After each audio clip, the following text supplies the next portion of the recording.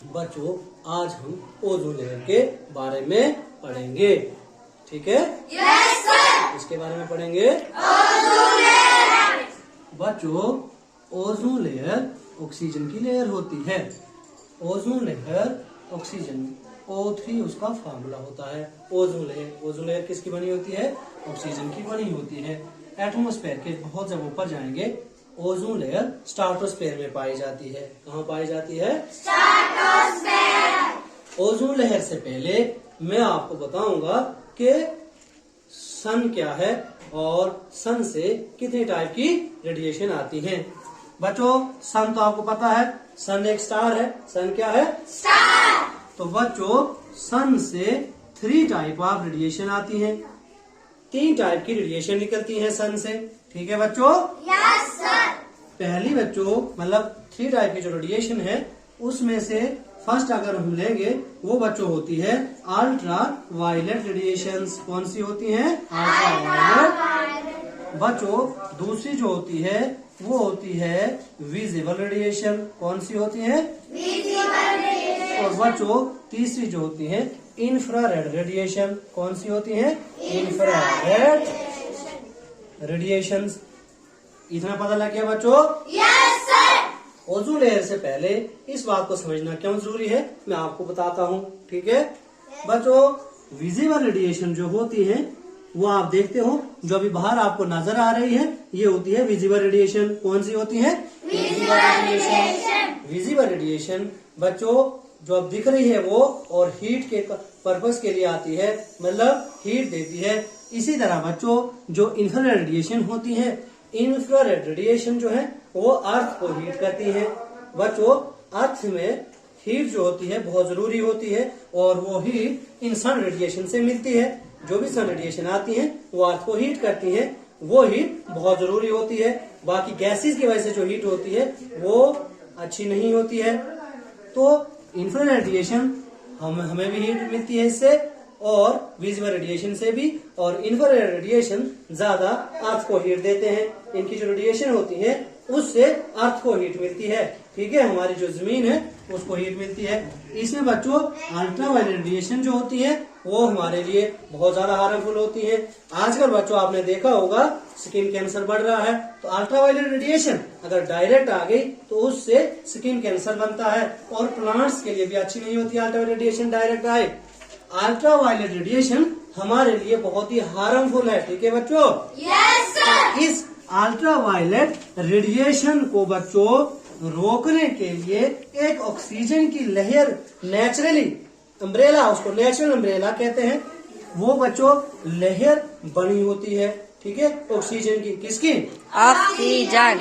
Oxygen बच्चों O3 oxygen की लहर बनी होती है स्ट्राटोस्फेयर में। कहाँ पर? स्ट्राटोस्फेयर। जब बच्चों ये अल्ट्रावायलेट रेडिएशन आती हैं या तो ये जो ऑक्सीजन लेयर है इसको वापस कर देती हैं या जो इनका हार्मफुल इफेक्ट होता है उसको खत्म करके हमारे पास भेजती हैं, ठीक है? Yes sir. अब बच्चों ये जो O3 यानी हमारे पास ओजोन लेयर है, O3 जो स्ट्राटोस्फेयर में ओजोन लेयर है बच्चों, ये बहुत जरूरी है।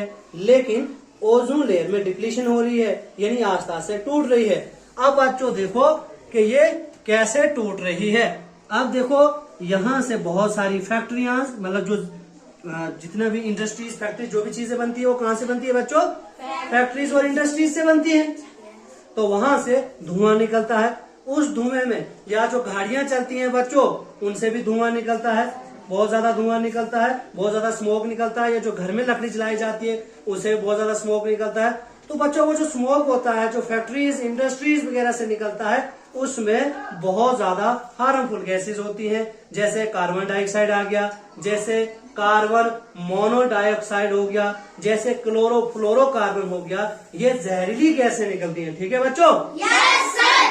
तो ये जो गैसेस है एटमॉस्फेयर में इन यानी कार्बन डाइऑक्साइड, ठीक है बच्चों, क्लोरोफ्लोरोकार्बन, ठीक है, कार्बन मोनोडाइऑक्साइड, ये जो जहरीली गैसें हैं बच्चों इनके बढ़ने से ये, क्योंकि एटमॉस्फेयर में इनके बढ़ने से ये जो ओजोन लेयर है बच्चों ये टूट रही है।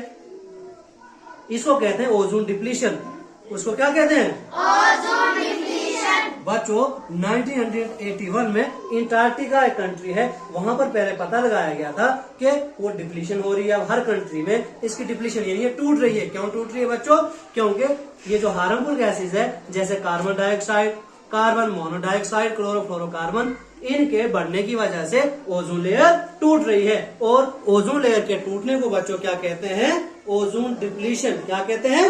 Ozone depletion. तो हमने क्या करना है बच्चों? ज्यादा ट्रीज लगाने हैं ताकि ये जो गैसेस है ऑक्सीजन की मात्रा, ऑक्सीजन की परसेंटेज बढ़ जाए और इससे हम बचा जा सके। क्योंकि अल्ट्रावायलेट रेडिएशन बहुत ही हार्मफुल है हमारे लिए, प्लांट्स के लिए। तो वो बच्चों या तो बैक कर देती है ओजोन लेयर, या तो मतलब उनका जो हार्मफुल इफेक्ट है उसको खत्म करके नीचे भेजती है। ये सारी रेडिएशन जो बच्चे सन की इधर पहुंचती है, आप तो देखते हो खुद भी, ठीक है। तो हमने क्या करना, ज्यादा पेड़ पौधे लगाने हैं ताकि, और ज्यादा हमने मतलब जो स्मोक है उस पर काबू पाना है। जैसे जो गाड़ियों से धुआं निकलता है, तो आजकल इलेक्ट्रिकल बसेस आ रही हैं, उनका ज्यादा यूज करना है। फैक्ट्रीज में जो धुआं निकलता है उसको कंट्रोल करना है, ठीक है। तो गैसेस न बढ़े, गैसेस के बढ़ने से, मतलब कौन सी गैसेस बच्चों?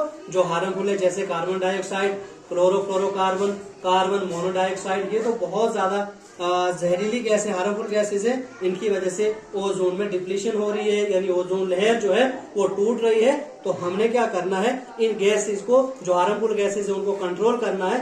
ये गैसेस बच्चों हीट प्रोड्यूस करती है, वो भी अच्छी नहीं रहती है, ठीक है। तो इन गैसेस को हमने कम करना है, इनका अल्टरनेट ढूंढना है, और हमने ज्यादा ट्रीज लगाने हैं ताकि हम जो इकोलॉजिकल बैलेंस है उसको बचा सके।